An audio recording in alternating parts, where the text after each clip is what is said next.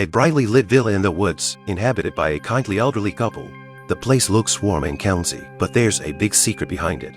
The scene changes. The girl Mary is a psychiatric patient, not only schizophrenic, but also hypochondriac, always draws some messy things. Her ears will somehow hear a lot of noise. Even the sound of her parents eating and chewing has become extremely scary to her.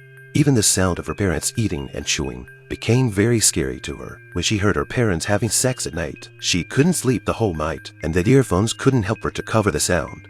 She couldn't stand it anymore, so she had a bold idea.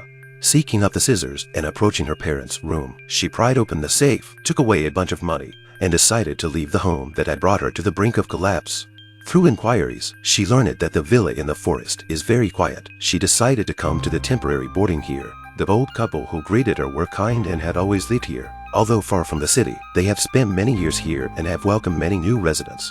Then Mary met Carl, the boy who lived here. The two of them, who are of similar age, had a good conversation, and even added each other's wicket before going to bed, promising to talk about something else tomorrow. Sleepy and sighing, Mary was ready for a good night's sleep. Suddenly there was a noise, seemingly coming from the walls. She listens closely, but is startled by the sudden arrival of a cockroach, and turns to run. The grandmother appeared behind her and calmed her down. After calming her down, the grandmother left. Mary went to sleep with her headphones on. As she slept, she woke up with a start. She wanted to get up, but she couldn't move her body. Suddenly, she saw a woman standing in front of her bed and was shocked by her bloody mouth. Her eyes were full of fear, and she still couldn't move. At this time, the man Carl also came in naked and wanted to take advantage of the opportunity to have sex with her, but was taken away by force. Suddenly, Mary saw the old granny approaching. She smiles and smears something on Mary's face. The old man took out a ruler and started measuring Mary. Everything that happened scared her. It was only when she woke up in the morning that Mary was back to her normal self. Last night seemed like a dream, but it seemed real. Mary didn't dare to think about it, so she went to the cafe and waited for Carl, hoping to find out something from him. The two of them had already agreed to meet today. But Mary waited and waited, but never waited for him. She went back to the villa again. She saw that the old couple was showing their love and it wasn't as scary as last night's dream, so she trusted the kind old couple and decided to stay for a few more days. Carl also replied to the message on his cell phone, saying that he had slept too much. Mary had no more worries and planned to sleep well tonight.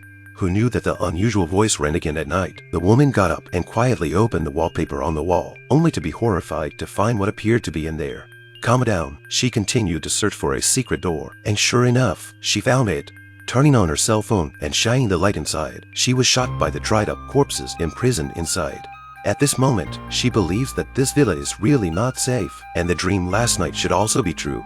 In a moment of desperation, she started to send a message to Carl to ask for help. Unbeknownst to her, Carl has already been arrested, and the grandmother has her cell phone. Seeing that Mary already knows their secret, the grandmother takes the key and breaks into the house, only to be knocked out by Mary, who is hiding. Mary flees frantically and accidentally breaks into the basement, and is horrified to see that there are more prisoners inside.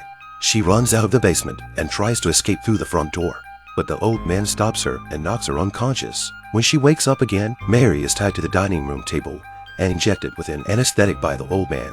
The old couple indicated their identities, and it turned out that they were actually cannibals in this forest. The house is a bait. Once guests come to stay here, they will surely fall into the trap. Some will become food, some will be made into dried corpses. Which ones in the walls including the basement are? The old granny also scrubs them carefully every day.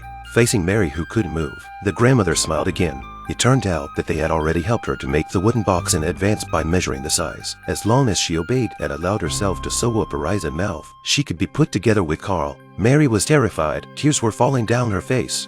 Seeing that the old granny was about to lay her hands on her, the doorbell rang. It was an uncle who seemed to have come here for housing as well. But when the uncle wasn't paying attention, the old man smashed right through and the uncle died instantly. While they cleaned up the mess, Mary struggled and started to move towards the window. Thankfully, she succeeded and even hid in the storage room, just in time to accidentally bump into an unpleasant scene. The knob body was placed there. Mary was so terrified that she could only hide in the uncle's car. She wanted to drive away, but the keys were not in the car, so she seemed to hide in the back seat of the car.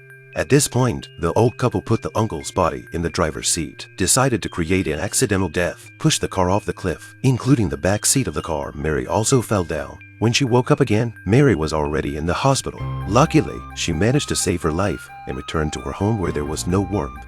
Seeing her parents in love and herself as an extra, she became mentally unstable and despaired again.